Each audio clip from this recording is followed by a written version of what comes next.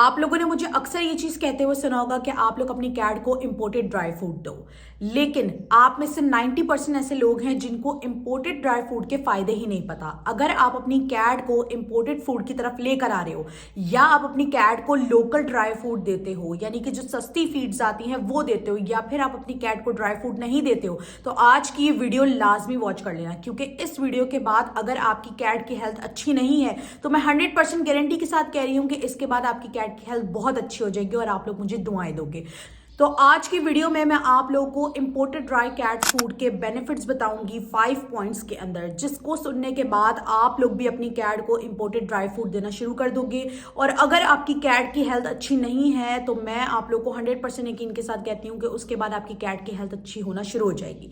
तो मैं शेयर कर रही हूँ आप लोग के 5 पॉइंट्स, इसमें से 4th और 5th पॉइंट जो है वो मोस्ट इंपॉर्टेंट पॉइंट है। तो आपने इस वीडियो को लाजमी वॉच करना और फुल वॉच करना है ताकि आप लोग को इसका फायदा हो। चलते हैं अपनी वीडियो की तरफ और आप लोग को डिटेल समझाती हूँ। अब बात करते हैं फर्स्ट पॉइंट की, जो कि है हाई क्वालिटी इंग्रेडिएंट्स। तो ये बात मैं आप लोग को पहले भी बता चुकी हूँ कि इंपोर्टेड फूड के अंदर इस तरह के हाई क्वालिटी इंग्रेडिएंट्स पाए जाते हैं जो कि rich in protein and nutritions होते हैं, जो कि आपकी कैट को एक बैलेंस डाइट की सूरत में रिसीव होते हैं, जिससे आपकी कैट की हेल्थ जो है वो दिन ब दिन अच्छी होती जाती है, ग्रोथ अच्छी होती जाती है, इम्यूनिटी सिस्टम अच्छा होता जाता है। आपकी कैट को किसी भी किस्म का कोई भी प्रॉब्लम नहीं आती है अगर आप उसको इंपोर्टेड फूड देते हो तो। अब बात करते हैं सेकंड पॉइंट की, जो कि है एडवांस न्यूट्रिशनल फार्मूला। जितने भी मार्केट में हाई क्वालिटी इंपोर्टेड फूड आ गए हैं या मिलते हैं, तो वो आपकी कैट की हेल्थ को देखकर, उसके लाइफ स्टेजेस को देखकर, उसकी लाइफ स्टाइल को देखकर बनाया जाता है, जो कि बहुत ही ज़्यादा एडवांस न्यूट्रिशनल फार्मूला होता है, जो कि अगर आप अपनी कैट को देते हो तो उससे आपकी कैट की हेल्थ अच्छी होती है, ग्रोथ अच्छी होती है, इम्यूनिटी सिस्टम बहुत अच्छा हो जाता है।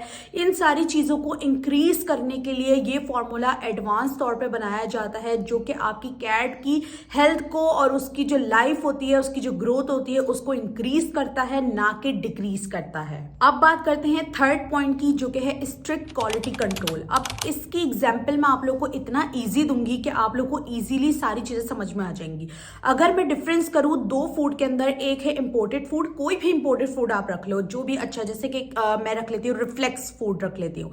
इसके अलावा अगर लोकल की बात करूँ तो उसमें बहुत ज्यादा म्याऊ फूड चलता है, ठीक है जी। तो अगर आप ये दोनों फूड एक साथ रखते हो और इसका कंपैरिजन करते हो क्वालिटी कंट्रोल के अंदर, अगर आप इसका क्वालिटी चेक करते हो तो आप दोनों के बिस्किट्स अलग अलग देख सकते हो, ठीक है। एक की क्वालिटी बहुत ज्यादा अच्छी होगी, एक की क्वालिटी बिल्कुल ही थकी हुई होगी। आप उसकी फ्रेग्रेंस चेक कर सकते हो, यानी कि जो रिफ्लेक्स फूड होगा इसके अंदर इतनी ज्यादा जो है वो मतलब फ्रेग्रेंस नहीं आ रही होगी, इतनी ज़्यादा आर्टिफिशियल कलर्स और जो फिलर्स डाले जाते हैं फूड के अंदर वो इतना ज़्यादा नहीं झलक कर आ रहे होंगे।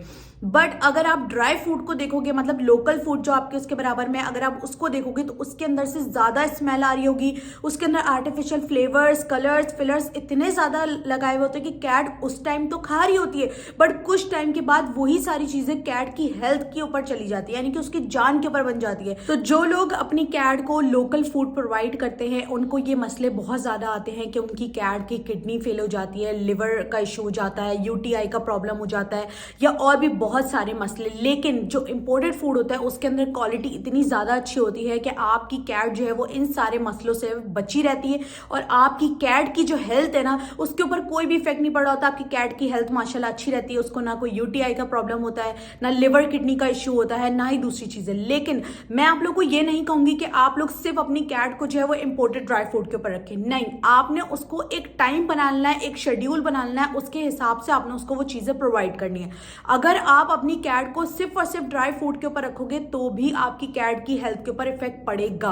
तो आपने एक शेड्यूल बनाना है, एक उसका लाइफ स्टाइल बनाना है, उसके ऊपर आपने उसको इंपोर्टेड फूड देना है, साथ में दवा के तौर पे, और साथ में आपने उसको वेट फूड या होममेड फूड या जो भी आप देते हो वो भी आप उसको दे सकते हो। तो इससे आपको वाज़ेह फर्क नजर आएगा अपनी कैट की हेल्थ की तरफ। आपकी कैट को इस तरह की कोई भी हेल्थ कंडीशन नहीं होगी, क्योंकि इंपोर्टेड जितने भी फूड होते हैं वो उनकी हेल्थ को, उनकी कंडीशन को देखकर बनाए जाते हैं ताकि उनको इस तरह का कोई भी प्रॉब्लम फेस करने को ना मिले।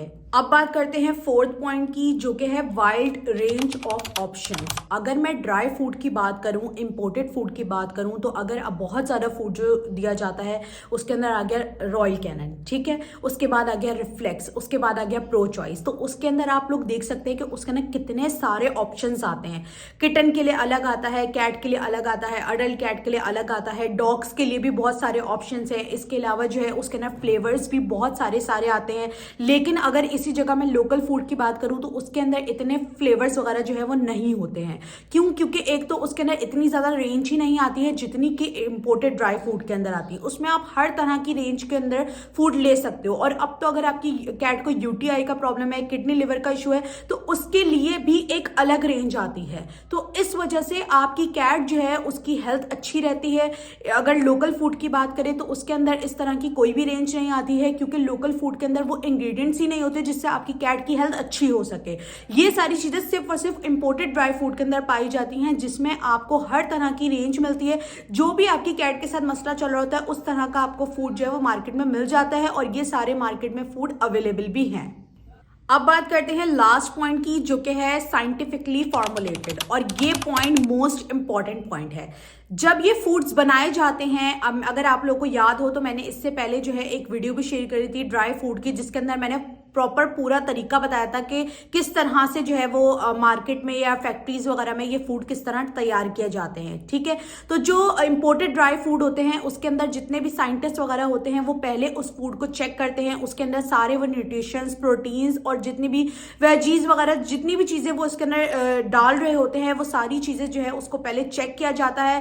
पैकेट बनने से पहले, फूड आने से पहले ये सारी चीज़ें प्रॉपरली चेक की जाती है, जो कि हमारी कैट की हेल्थ के ऊपर होती है। ये सारी चीज़ों को इसलिए भी तरजीह दी जाती है, क्यों? क्योंकि ये सारी चीज़ें हमारी कैट की हेल्थ से रिलेटेड होती है, उसके लाइफ स्टाइल से, उसकी लाइफ एजेस से, हर चीज़ को देखकर, मद्देनजर रखकर फिर उसके बाद ये सारी चीज़ें बनाई जाती हैं और फिर मार्केट में निकाली जाती है। अब मैं अगर आप बात करूं तो जितने भी इंपोर्टेड ड्राई फूड हैं वो, और अगर मैं लोकल फूड की बात करूं वो, तो उनकी प्राइस में कितना ज़्यादा डिफरेंस है। क्यों?